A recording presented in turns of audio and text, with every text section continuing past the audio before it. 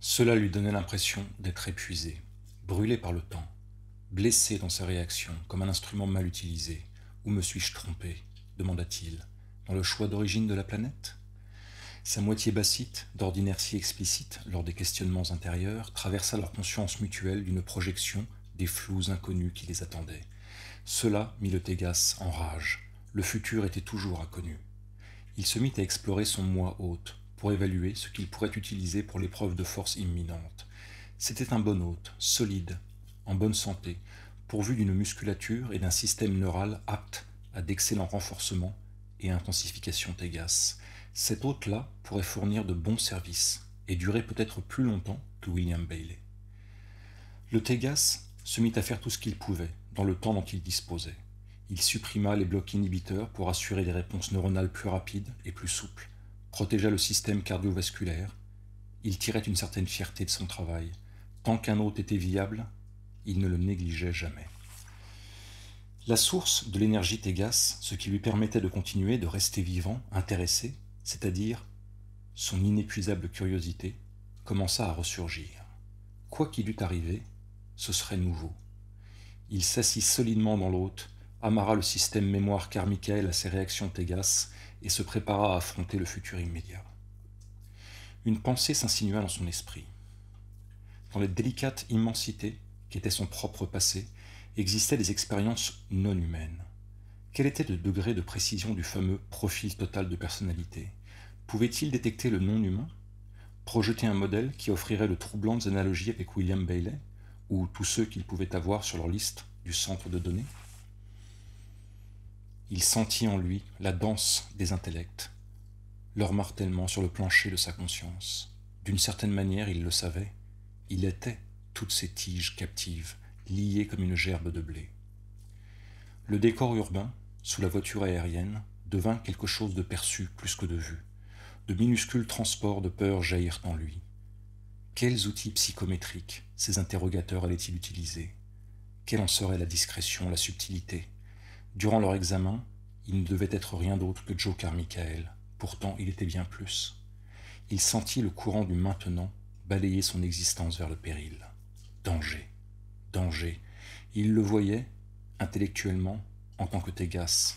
Il y répondit en tant que Joe Carmichael. La transpiration inonda son corps.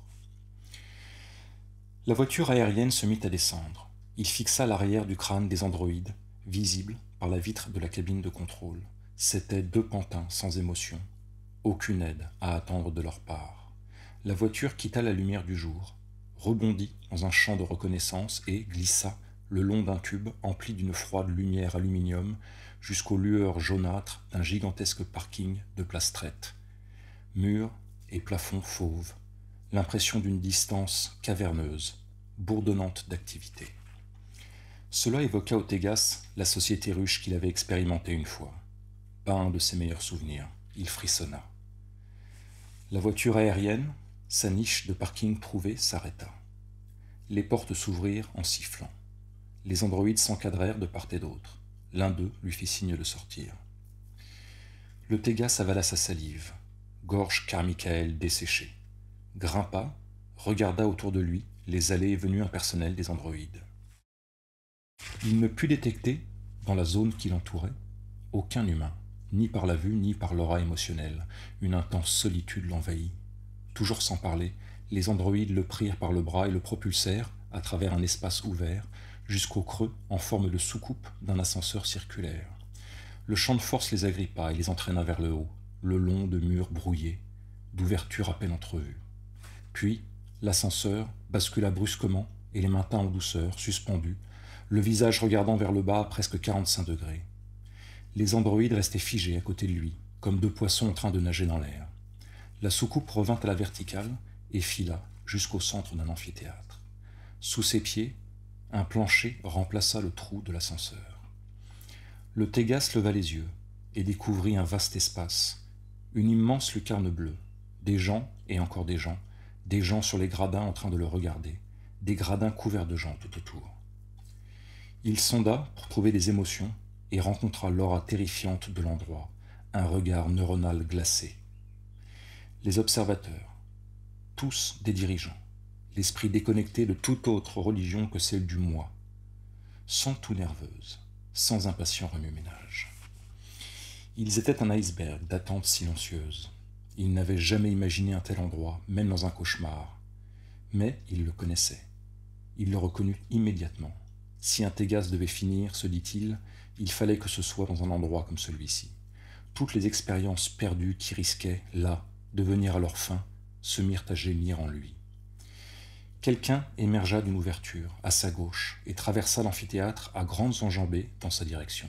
Vicentelli. Le Tégas fixa l'homme qui s'approchait.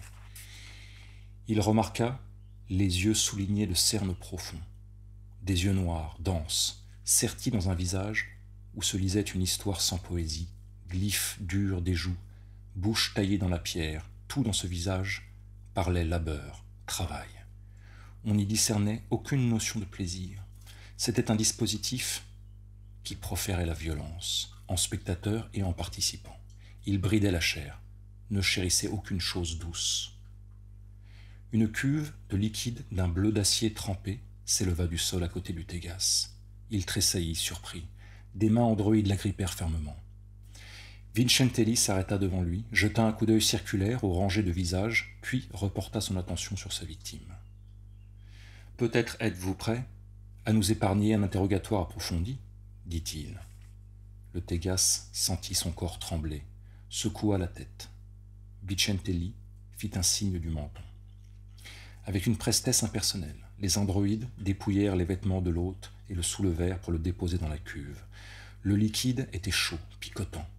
On ajusta un harnais qui lui enserrait les bras et maintenait sa tête juste au-dessus de la surface. Un dôme renversé descendit, s'immobilisa à quelques centimètres de son crâne. Le jour devint une barre de lumière bleue et il se demanda absurdement quelle heure il était. Il était rentré tôt au centre d'euthanasie. Maintenant il était très tard. Pourtant, il savait qu'une demi-matinée à peine venait de s'écouler. Il sonda à nouveau l'aura émotionnelle, s'en écarta. « Et s'il me tue froidement ?» se demanda-t-il. Là où il pouvait isoler des individualités, elle lui évoquait le jeu de l'éclair sur un horizon lointain. Les fanaux émotionnels, quoique minces, débordaient de puissance. Une salle emplie de dirigeants.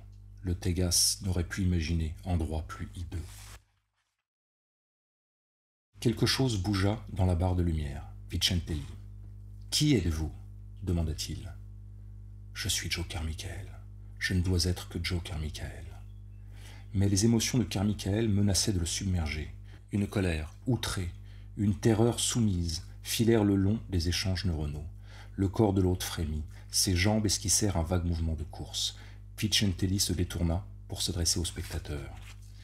Le problème, en ce qui concerne Joseph Carmichael, est ce violent incident projeté actuellement sur vos écrans individuels. Je tiens à attirer votre attention sur le fait que cet incident n'avait pas été prévu. Il a dépassé notre rayon d'action. Dès lors, nous devons en conclure qu'il n'a pas été produit par Joseph Carmichael. Durant cet examen, chacun d'entre vous étudiera le profil exposé. Je vous demande à tous de noter vos réactions et suggestions. Quelque part, il y aura un indice sur les inconnus que nous avons observés dans William Bailey et, avant lui, dans Almiro Singh. Soyez attentifs et vigilants. Dieu d'éternité, pensa le Tégas, ils ont retrouvé ma trace de Singh à Bailey. Ce changement dans la société humaine remontait plus loin qu'il ne l'avait soupçonné. Jusqu'à où? Je vous prierai de noter, dit Vicentelli, que Bailey se trouvait dans le voisinage immédiat de Singh lorsque ce dernier est tombé de la tour de la paix, à Canton, et qu'il est mort.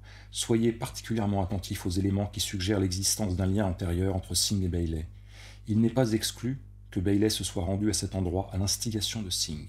Cela peut s'avérer important. Le Tégas tenta d'enfouir son être, d'enquister ses émotions. Les dirigeants humains avaient ouvert une voie de développement à laquelle il ne se serait jamais attendu. Il était resté en arrière. Il savait pourquoi. En vrai Tégas, il s'était immergé dans la présence anonyme de la foule. Mêlé à la grisaille quotidienne, il avait vécu avec les vivants. Pourtant, il n'avait jamais aimé la chair qu'en cet instant où il savait qu'il risquait de la perdre à jamais. Il aimait la chair comme un homme pouvait aimer une maison. Le complexe édifice de la chair était une maison qui respirait, qui sentait. Brusquement, il éprouva un sentiment d'intimité, dans son union avec la chair, comme il n'en avait jamais expérimenté auparavant. Il sut avec certitude, en cet instant, ce qu'un homme aurait ressenti à sa place. Le pan n'avait jamais été l'ennemi des Tégas, mais il était l'ennemi de l'homme. Maintenant, il était lui-même un homme, et il préparait sa chair à des réactions maximales, à une importante décharge d'énergie. Le contrôle, c'était à cela que tendait cette société, le contrôle suprême. Le visage de Vicentelli réapparut dans la barre de lumière. « Par souci de commodité, dit-il, je continuerai à vous appeler Carmichael. » La phrase signifiait clairement qu'il était acculé, et que Vicentelli le savait. Et, s'il avait eu le moindre doute, Vicentelli entreprit de le lui ôter.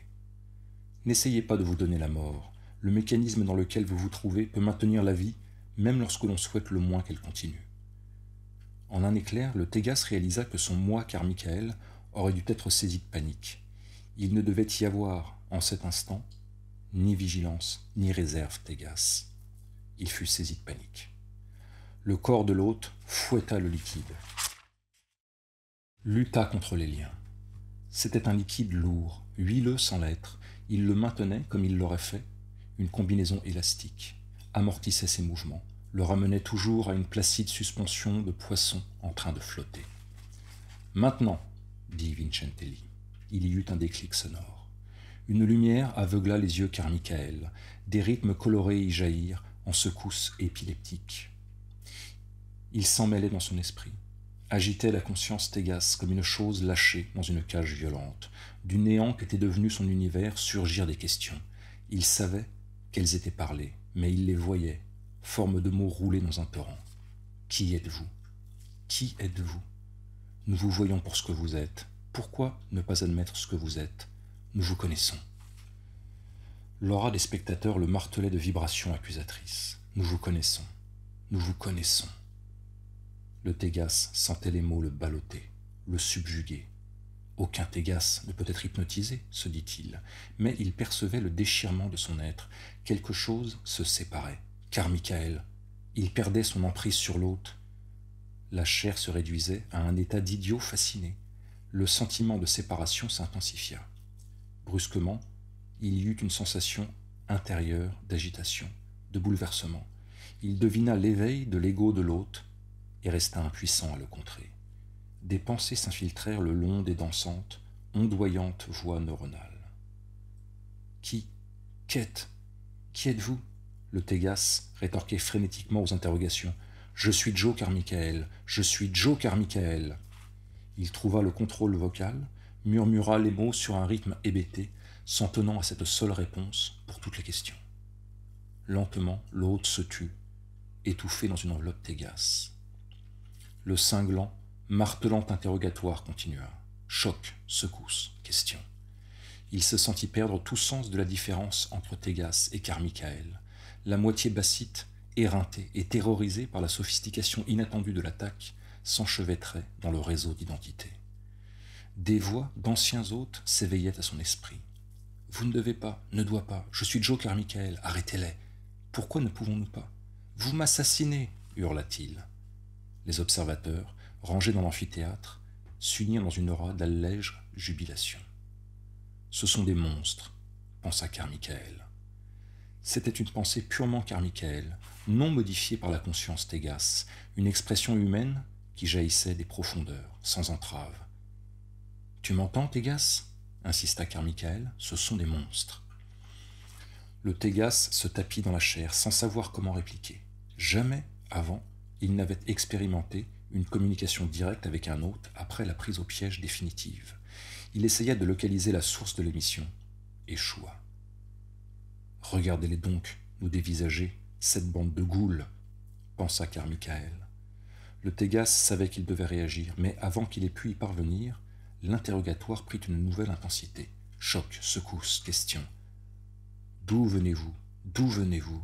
D'où venez-vous » La question le transperça, de lettres hautes comme des immeubles, yeux sans visage, voix tonnante, mots chatoyants. Une colère Carmichael s'éleva au travers du Tégas. Des spectateurs émanaient encore un amusement glacé. « Mourons et capturons l'un d'eux » insista Carmichael. « Mais qui parle » demanda le Bassite. Comment vous êtes-vous échappé? Qui êtes-vous? Mon Dieu, comme vous êtes froid. C'était une pensée Bailey. D'où venez-vous? Reprit le Bassite, en cherchant la conscience de l'hôte. Vous êtes ici? Mais nous ne pouvons pas vous trouver. Je viens de Zimbu, projeta Carmichael. Vous ne pouvez pas venir de Zimbu, riposta le Tégas. Moi, je viens de Zimbu. Mais Zimbu n'est nulle part, insista le Bassite. Et pendant ce temps-là, choc, secousse, question, l'interrogatoire de Vicentelli continuait à brouiller les circuits. Le Tégas avait l'impression d'être bombardé de tous les côtés, comme de l'intérieur. Comment Carmichael pouvait-il parler de Zimbu? Alors, d'où viens-tu? Demanda Carmichael. Comment pouvait-il être au courant de telles choses? S'interrogea le Tégas. D'où venaient tous les Tégas? La réponse était un souvenir machinal, au fin fond de toutes ses expériences. À l'instant où le temps commença, le Tégas s'introduisit dans le vide où aucune étoile, pas même un grain de poussière originelle, n'avait tracé, par la présence de son être, une dimension. Les Tégas avaient été là où les sens n'étaient pas. Comment l'ego de Carmichael pouvait-il exister encore et en savoir assez pour s'enquérir de telles choses? Et pourquoi ne poserais-je pas la question? Insista Carmichael. C'est celle que pose Vicentelli. Mais où s'était caché l'ego prisonnier de la chair haute? D'où tirait-il existence pour prendre maintenant la parole? La moitié Bassite en avait expérimenté assez. Parle pour le faire taire, ordonna-t-il. Parle pour le faire taire. Nous sommes Joe Carmichael, tu es Joe Carmichael, je suis Joe Carmichael. Ne paniquez pas, dit Carmichael d'une voix apaisante. Vous êtes Tégas Bassite, un être. Je suis Joe Carmichael. Et, du monde extérieur, Vicentelli rugit. Qui êtes-vous? Je vous ordonne de me dire qui vous êtes. Vous devez m'obéir. Êtes-vous William Bailey? Silence, dedans comme dehors. Dans ce silence, le Tégas sonda la chair meurtrie, comprit une partie de la nature qui se cachait derrière l'attaque de Vicentelli. Le liquide dans lequel l'hôte était immergé, c'était un anesthésique. On notait toute sensation à la chair, jusqu'à ce qu'il ne restât plus à l'intérieur que les enchevêtrements de nerfs. Ce n'était pas tout. On avait introduit un système de contrôle dans la chair anesthésiée.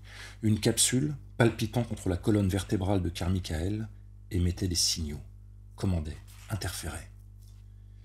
La capsule a été fixée, dit Vicentelli. Je vais maintenant l'emmener à la chambre inférieure, où l'interrogatoire pourra se dérouler suivant les voies normales. Désormais, il est complètement sous notre contrôle.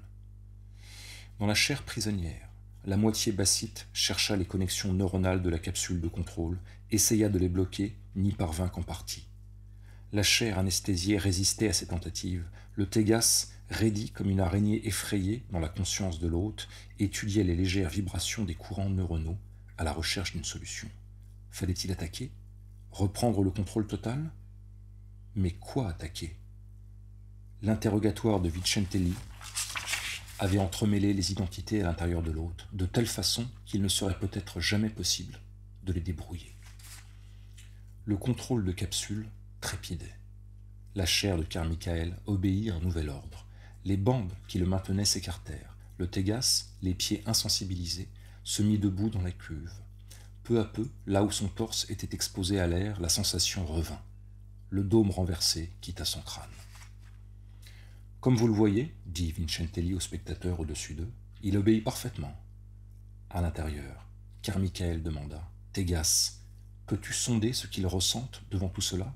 Il y aura peut-être un indice dans leurs émotions. Fais-le, commanda le Bassite. Le Tégas sonda l'espace qui l'entourait. Il discerna de l'ennui, des traces de soupçon, le sentiment de pouvoir d'un chat qui se lèche. Oui, la souris était prise au piège des griffes, sans pouvoir s'échapper. Des mains androïdes le firent sortir de la cuve et le déposèrent sur le sol. Contrôle parfait, dit Vicentelli. Comme l'ordonnait la capsule, les yeux Carmichael fixèrent le vide, droit devant eux, sans expression. Le Tégas scruta les canaux voisins, y trouva le Bassite, Carmichael et d'innombrables fragments d'autres hôtes. « Comment peux-tu te trouver ici, Joe Carmichael » demanda-t-il. La chair de l'hôte, répondant à un ordre de la capsule, s'avança en droite ligne à travers l'amphithéâtre. « Pourquoi ne fuis-tu pas, ou n'essaies-tu pas de lutter contre moi » insista le Tégas. « Ce n'est pas nécessaire, répondit Carmichael. Nous sommes tous entremêlés, comme tu peux le voir. Pourquoi n'as-tu pas peur? Je suis...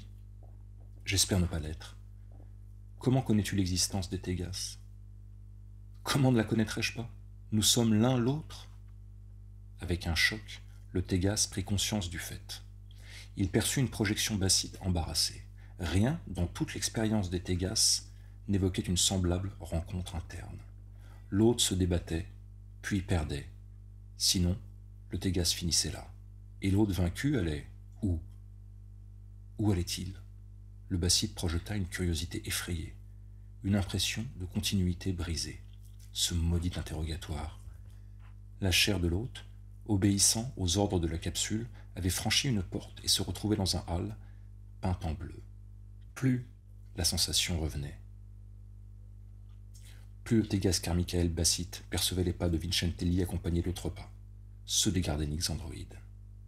« Que veux-tu, Joe Carmichael » questionna le Tégas. « Je veux partager. »« Pourquoi ? Tu es plus que je n'étais, tu peux me donner une vie plus longue, tu es curieux, intéressant. La moitié des crétins qui arrivaient au centre d'euthanasie étaient rongés par l'ennui, et j'en étais presque réduit au même point. Maintenant, vivre est redevenu intéressant. Comment pouvons-nous vivre ensemble, là-dedans? Mais nous sommes en train de le faire. Mais je suis un Tégas, c'est moi qui dois régner. Alors, règne. Et le Tégas se rendit compte qu'il avait recouvré un contact presque complet avec le système neuronal de l'hôte. Pourtant, l'importun ego Carmichael était toujours là. Le bassite ne faisait rien pour remédier à la situation. Il semblait s'être retiré là où vont les bassites, Dieu seul sait où. Carmichael, lui, restait, ondoyant comme du mercure. Là, non, là-bas, non, non, ni ici ni là, mais il était là. L'hôte doit se soumettre sans réserve, ordonna le Tégas. Je me soumets, acquiesça Carmichael. Alors où es-tu? Nous sommes tous là ensemble. Tu es aux commandes de la chair, n'est-ce pas? Le Tégas dut le reconnaître. Que veux-tu, Joe Carmichael, insista-t-il. Je te l'ai dit, non. Je veux observer, partager. Pourquoi devrais-je te laisser faire? Vincentelli et sa capsule de contrôle avaient guidé la chair de l'hôte jusqu'à une glissière de chute. Le champ magnétique agrippa la chair Carmichael et, dans un sifflement, la fit descendre. Peut-être n'as-tu d'autre choix que de me laisser rester et observer, répondit Joe Carmichael. Je t'ai pris une fois, riposta le Tégas. Je peux te prendre une seconde. Et que se passera-t-il quand ils reprendront l'interrogatoire? Demanda Carmichael. Que veux-tu dire? Il veut dire, intervint le bassite, que le vrai Joe Carmichael peut répondre avec une absolue vraisemblance à leur examen pour une comparaison de profil. La glissière de chute l'expulsa dans un long laboratoire d'un blanc glacial. Les yeux fixes enregistrèrent la présence de formes métalliques, d'instruments, des scintillements du mouvement. Le Tégas resta debout, soumis à la paralysie ordonnée par la capsule. Il aurait pu facilement passer outre, mais il n'osait pas. Aucun humain n'aurait pu résister à un tel assaut neuronal. En cet instant, le plus minime geste du doigt l'aurait trahi. Dans la zone de conscience qu'il partageait, Carmichael lança. « Ok, laisse-moi prendre le contrôle un moment. Contente-toi de regarder, surtout n'interviens pas. » Le Tégas hésita. « Fais-le, » commanda le bassite. Le Tégas se retira. Il se retrouva dans un vide, un nulle part de l'esprit, un endroit invisible, un vacuum étroit, rien, jamais. Une silencieuse, anonyme pilule d'absence, un contenu sans contenant. C'était un endroit où les sens n'avaient jamais été, ne pouvaient pas être. Il le craignait, mais s'y sentait en sécurité, caché. De Carmichael lui parvint une sensation d'amitié, de réconfort. Le Tégas ressentit une gratitude impuissante pour la première amitié venue d'une autre créature qu'il eût jamais expérimentée. Mais pourquoi l'ego Carmichael se montrait-il si amical? Le doute le saisit, le rongea, le rogna. Pourquoi? Aucune réponse ne vint, à moins qu'une simplicité sans mesure, émanant du bassite, ne pût être interprétée comme une réponse. Le Tégas s'aperçut qu'il n'émettait lui-même qu'un minimum de réserve quant à sa position. Cela le stupéfia. Il comprit qu'il faisait quelque chose de neuf, avec tous les dangers inhérents à la nouveauté. Cela n'avait rien de logique, mais la pensée, il le savait, doit être le moins irréfléchie au moment même où elle est le moins logique. Le temps est l'ennemi de la chair, se rappela-t-il. Le temps n'est pas mon ennemi. Les reflets de signification, d'action, d'intention commencèrent à lui parvenir depuis l'endroit tourné vers l'extérieur où se tenait Carmichael. Vicentelli avait repris l'attaque, avec ses couleurs, ses formes, ses éclairs aveuglants artificiellement déclenchés. Des mots rebondissaient sur l'écran d'Esprit Tégas. « Qui êtes-vous ? Répondez, je sais que vous êtes là. Répondez, qui êtes-vous » Joe Carmichael marmonnait des protestations à moitié hébétées. « Pourquoi me torturez-vous ? Qu'est-ce que vous faites ?» Choc, secousse, question. « Cessez de vous dissimuler. » La réponse de Carmichael chevrota à l'extérieur. « Mais qu'est-ce que vous faites ?» Le silence enveloppa la chair. Le Tégas se mit à recevoir les échos assourdis d'un débat. Je vous le dis, son profil correspond exactement à l'identité de Carmichael. Je l'ai vu changer. Éventuel empoisonnement chimique, centre d'euthanasie, compatible avec une ingestion de picroxytine. Coïncidence. Le Tégas rampa jusqu'aux canaux neuronaux nécessaires et sonda l'aura émotionnelle de ce qui l'entourait. Il ne trouva que Vicentelli et 2 androïdes. Les androïdes étaient des coquilles frigides, sans émotion. Vicentelli, un bloc flamboyant de rage et de frustration. Des voix se mirent à pleuvoir de l'écran de communication au plafond. « Mettez fin à tout ça. Éliminez-le et qu'on en finisse. C'est une perte de temps. Vous vous trompez. Arrêtez de nous faire perdre du temps. » Le Tégas se rendit compte qu'ils ordonnaient la mort pour la chère Carmichael. Il pensa à une arène dont la bordure dégouttait de pouces, la mort. Il en était allé ainsi. Hôte vite consumé, transfert facile. Mais maintenant, oserait-il s'attaquer à Vicentelli ? C'était l'échec presque assuré, et le Tégas le savait. La dure enveloppe d'un égo dirigeant pouvait résister à n'importe quel assaut. Un snap sec résonna dans le laboratoire. L'écran de communication s'éteignit. « Et maintenant ?» se demanda le Tégas. Si la mort de Bailey ne l'a pas éliminé, marmonna Vicentelli, pourquoi en irait-il différemment avec la mort de Carmichael ? Qu'est-ce qui peut l'arrêter ? Cette chose a survécu à Singh et à qui sait combien auparavant. Le Tégas sentit sa moitié bassite plier des membranes invisibles. Si je ne me trompe pas, marmonna encore Vicentelli, cette chose vit éternellement dans des corps hôtes. Elle vit, jouit, et si la vie n'offrait plus aucune jouissance ? La mort de cet humain a été ordonnée, dit l'un des androïdes. Voulez-vous que nous nous retirions ? Oui. Retirez-vous, dit Vicentelli. Les glaciales radiations androïdes s'éloignèrent, puis disparurent.